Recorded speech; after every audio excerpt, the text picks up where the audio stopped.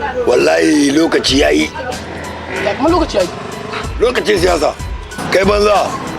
Lokacin siyasa ya lokaci na samun kuɗi. Yanzu haka in ni tashi kokarin zan yi in taya haɗu da Alhaji Kalla.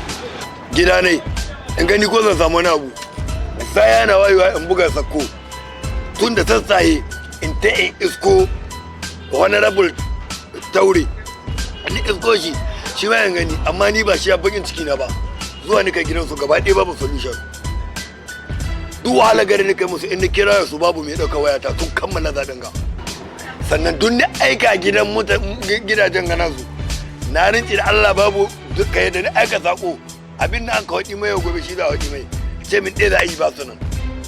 Duk wulaƙanci da ake maka. Duk wulaƙanci da ake maka. Kai malaka gudu mamaki su bani. Kai ai adam ma mamaki su bani. Ana muku mulkin mallaka. Haba. Saboda ɗan kuɗi kalilan kuna sayar mutuncin ku. Gaskiya ka koma ka sake canza tunani. Don gaskiya wallahi shi bai kamata ka koma kofofin gidansu ba. Don ko gobe ka koma ka zasu maka. Tabbas sayar da yancinka ba abu bane wanda ya dace. Domin kai kake da ikon tsayar da shugaba wanda zai baka ilimi, ya baka tsaro, ya kuma baka lafiya.